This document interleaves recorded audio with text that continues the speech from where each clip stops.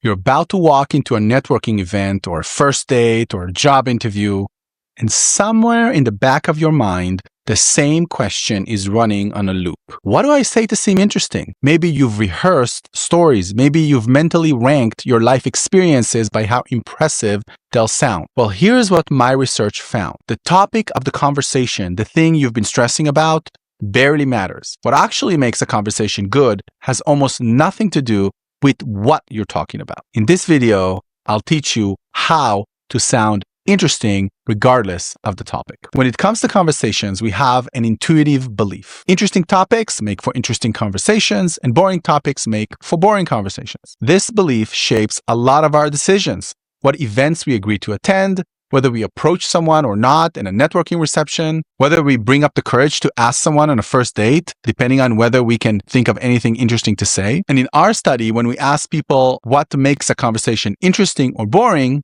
the topic was the single most cited factor.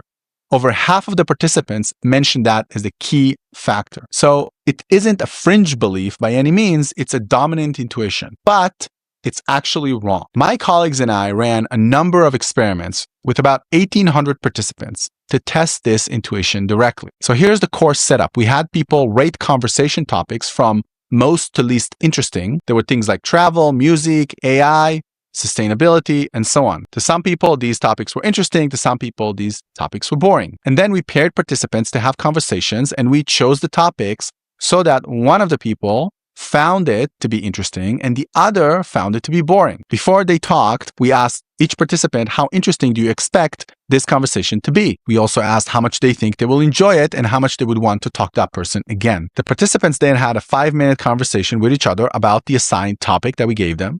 And then we asked the same questions again. Now, when the topic was interesting to participants, their expectations were about accurate. The conversations were about as good as they predicted. But for the boring topic conversation, participants widely underestimated how interesting and enjoyable that conversation would be. On a 7-point scale, they predicted their interest at about 3.4, but after the conversation, they rated their actual interest at about 5.6.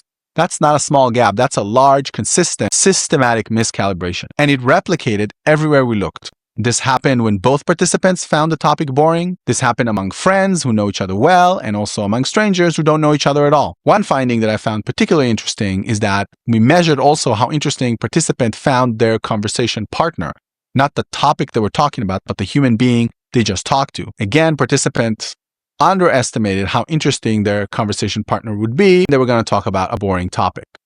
This systematic error is interesting because it suggests that we place too much emphasis on what we're talking about rather than how we talk about it. Hi everyone, real quick, if you have a job interview coming up or you want to be genuinely prepared for when one does, I've prepared a free guide about the 5 things that interviewers really evaluate when it comes to candidates. This is not the obvious stuff. This is the 5 psychological dimensions that most candidates don't even think to prepare for. It'll get you ahead of almost everyone else in the room, totally free. Link is in the description.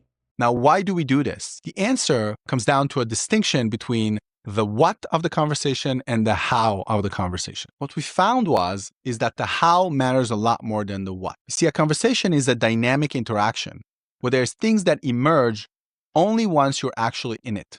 The back and forth of the conversation, the unexpected directions that things would take, the feeling of being genuinely listened to by another person, and perhaps the most important element, which is engagement. Conversations require you to listen, process, respond, adapt in real time. Those things demand your attention, and they're gripping in a way that's almost impossible to appreciate before a conversation starts. In our studies, we tested this directly. We had 3 groups of people exposed to the same exact conversation.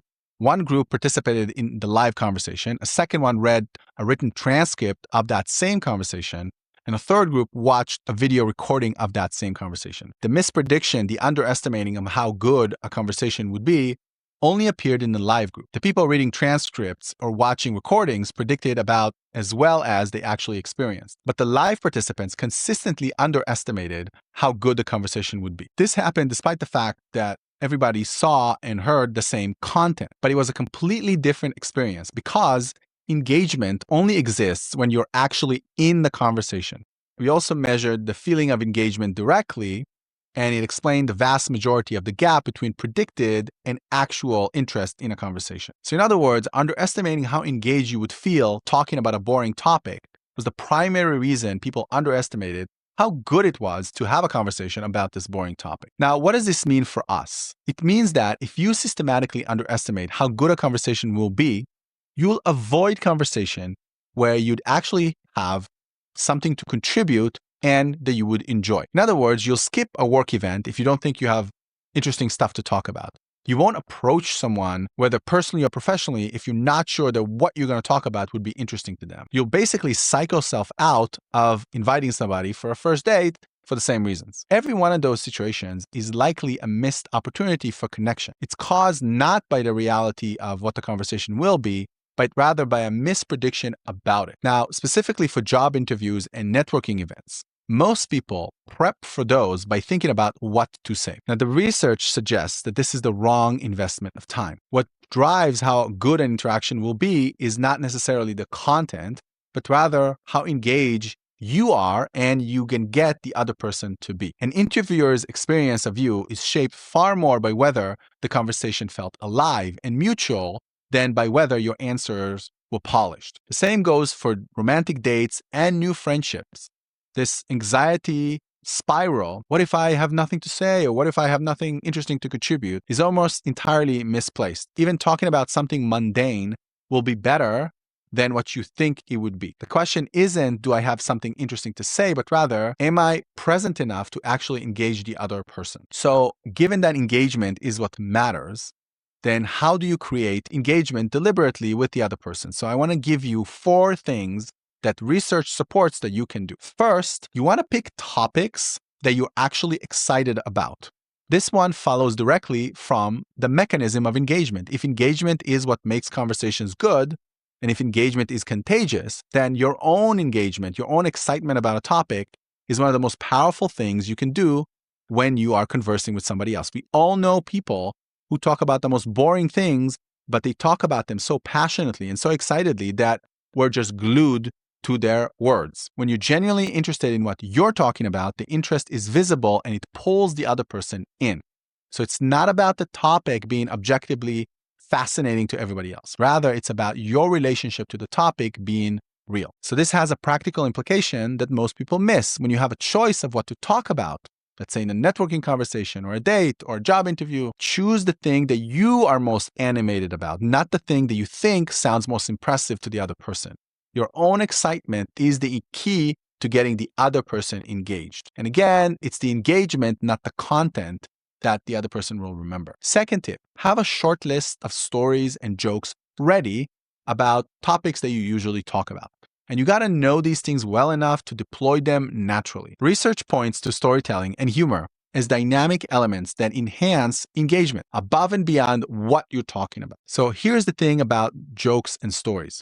They work only when they're delivered with confidence and good timing. And confidence and timing comes from practice. Now, I'm not saying you should script what you're going to say, but rather you should just practice it so you can easily talk about it at the ready. This means having 3 or 4 on-the-go stories and experiences that you are genuinely interested and like telling other people about topics that you care about, and that you've told enough times that they flow naturally from your mouth. For example, if a recruiter asks you about a challenge that you faced, you would have a story to tell them in an engaging way. When a date asks you what do you do for fun, you'd have something at the ready to say. Similarly, when there's an awkward silence in a networking event, you'd have a light observation or joke at the ready for these situations because you kind of rehearse it ahead of time.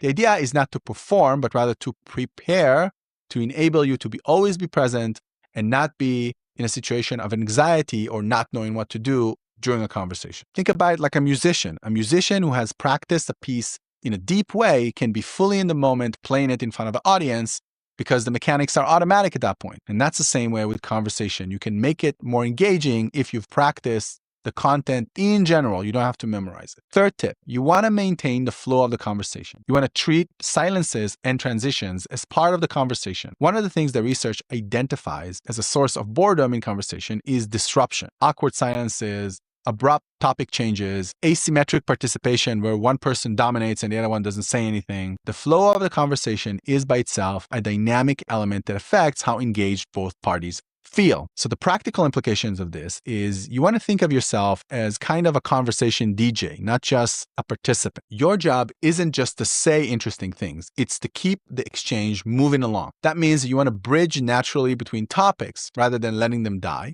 For example, you can have transition phrases such as, oh, that actually reminds me of X, Y, and Z. It also means reading when the other person has more to say about a given topic and then giving them space rather than rushing to fill every pause. Some people speak slower than you, and so you want to give them a little bit of time when they have something to say. It also means noticing when the energy of the conversation is dropping and then redirecting the conversation by asking a new question or sharing something personal or one of the stories or jokes that you have prepared. So a useful reframe of this is that silence is not a failure of the conversation, but rather it's a moment, and how you handle it determines whether it becomes awkward or it becomes a good deep breath before something else comes along that's engaging in. The fourth and last tip is you want to shift from seeming interesting to others to being interested in others.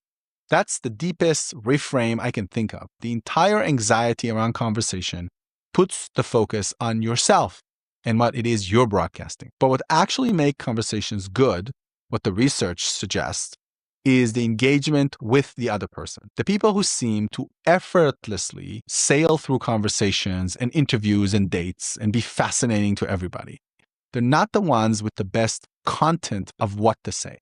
Rather, they're the ones who make you feel most engaged with them. So that's actually available to everyone, regardless of the topic, regardless of whether you think you have something interesting to say. So the question to ask yourself before any high-stakes conversation is not, do I have something interesting to say?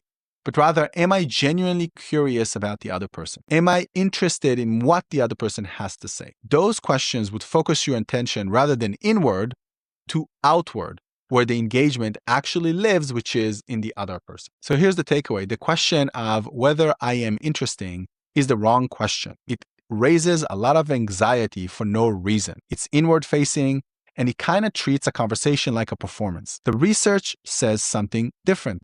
Conversations are inherently engaging, even about topics that seem boring to one of the parties. The topic is something static that we tend to overweight.